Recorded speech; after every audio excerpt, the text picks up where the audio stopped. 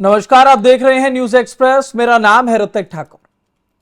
महाराष्ट्र में पिछले दिनों जो यूबीटी के सांसद टूटने की खबर आई थी, उससे कहीं ना कहीं जो महाराष्ट्र की राजनीति थी उसमें बहुत उथल पुथल देखने को मिली थी। लेकिन अब ये उम्मीद जताई जा रही है कि क्या फिर से एक बार महाराष्ट्र में एक नया पॉलिटिकल ट्विस्ट देखने को मिल सकता है। देखिए, राजनीति में पार्टियों का टूटना या फिर जो पार्टियों के अंदर लोग होते हैं वो कई बार बगावत करते हैं, बहुत सारी चीजें होती है। लेकिन अब ऐसे में शरद पवार की पार्टी एनसीपी की, शरद पवार बहुत पुरानी राजनीति करते हुए आने, एनसीपी बहुत पुरानी पार्टी, और ऐसे में एनसीपी एक बार पहले टूट चुकी है जब अजीत पवार एनडीए के समर्थन में आ गए थे। लेकिन अब ये कयास लगाए जा रहे हैं, ये अटकलें हैं कि हो सकता है कि अब शरद पवार के एनसीपी का एनडीए में विलय हो सकता है। आपको बता दूं, पहले 10 विधायक महाराष्ट्र के अंदर अभी भी एनसीपी के हैं।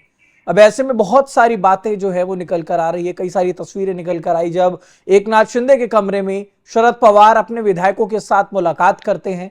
तो इन अटकलों के पीछे क्या कुछ बातें हो सकती हैं? क्या ये जो अटकलें आ रही आने वाले समय महाराष्ट्र की राजनीति में एक बड़ा बदलाव कर सकती है? इस पर चर्चा करेंगे विस्तार से। मेरे साथ राजनीतिक विश्लेषक अभिषेक अहलावत जुड़े हैं। बहुत स्वागत है आपका न्यूज एक्सप्रेस पे।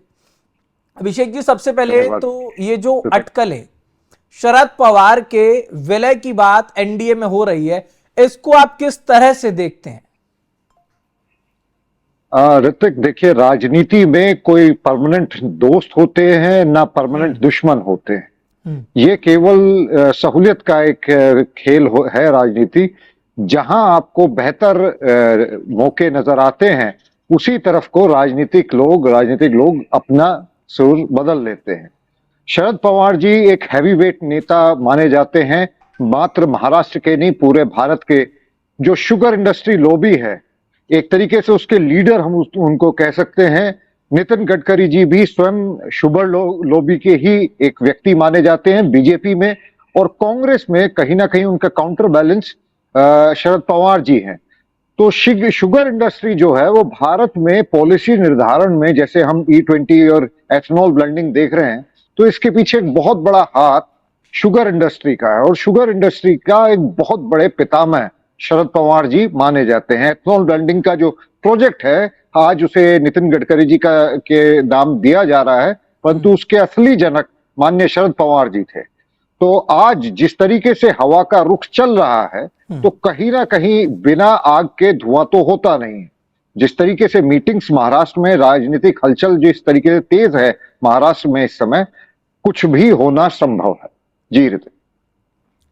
तो जिस तरीके से अभी बहुत सारी बातें निकली हैं, रोहित पवार कुछ और कहते हैं, इसमें लोगों का कहना है कि जो शरद पवार है उनकी तबीयत फिलहाल ठीक नहीं होती है। तो एक तर्क ये भी दिया गया कि तबीयत ठीक नहीं थी, लेकिन इसीलिए पास में जो है एकनाथ शिंदे का कमरा था, तो वहां पर जो 10 विधायक थे उनकी इच्छा थी कि वो इनसे मुलाकात करें, इसलिए उस कमरे में जाकर के मुलाकात कर ली है। लेकिन मैं आपसे जानना चाहूंगा, क्योंकि शिवसेना इन दिनों, शिवसेना यानी कि यूबीटी से की बात मैं कर रहा हूं, वो किस जगह से गुजर रहे हैं, पॉलिटिकल क्या हाल उनका हो रखा है वो ही जानते हैं। लेकिन अब ऐसे में महाविकास आघाड़ी की अगर हम बात करें तो संजय राउत ने कहा है कि ऐसे एकनाथ शिंदे का जिक्र करते हुए कि उन्होंने जिसका वो महिमा मंडन कर रहे हैं, तो एनसीपी पर उन्होंने कटाक्ष किया। ये बिल्कुल गलत है। एनसीपी कहती है कि एक संवैधानिक पद पर वो बैठे, तो अगर उनसे मुलाकात कर भी ली तो इसमें दिक्कत क्या है? तो ये कैसे समझा जाए इसको? महाविकास आघाड़ी परेशान है और ये एनडीए के लिए कितना फायदेमंद है, ये समझना चाह रहा हूं।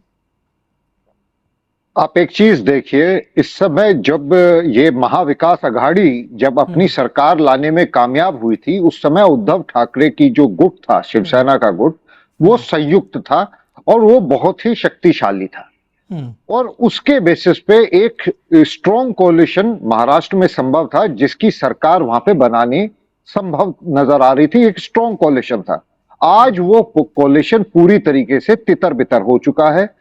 उद्धव ठाकरे का गुट बहुत हद तक अपने एक तरीके से बहुत बुरे दौर से गुजर रहा है। ज्यादातर गुट जो है एकनाथ शिंदे जी की तरफ एनडीए के साथ मिल गया है।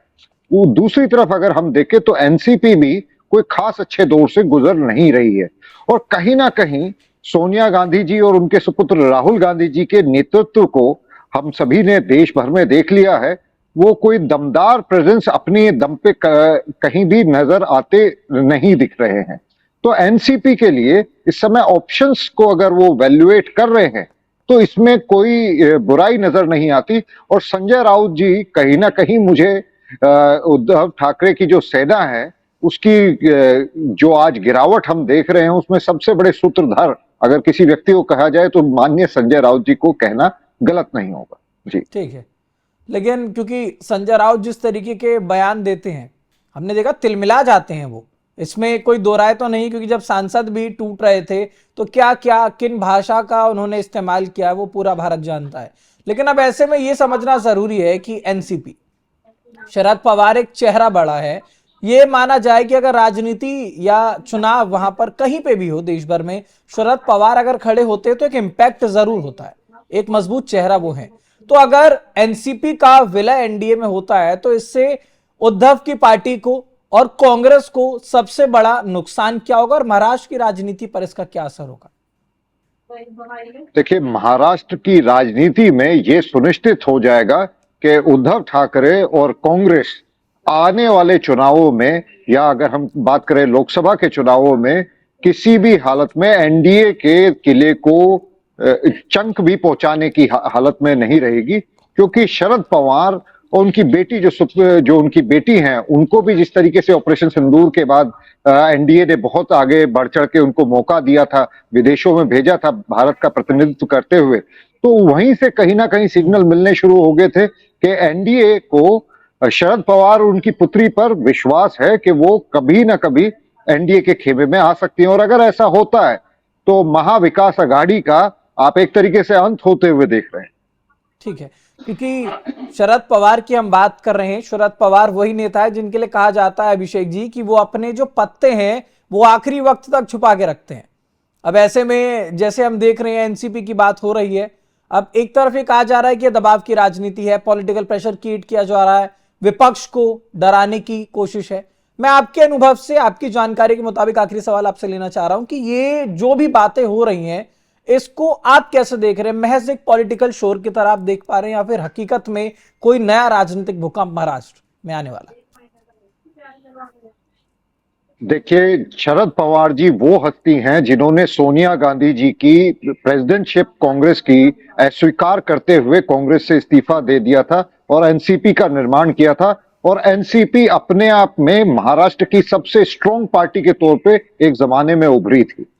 और शरद पवार जी हवा का रुख पहचानना बहुत अच्छे से जानते हैं।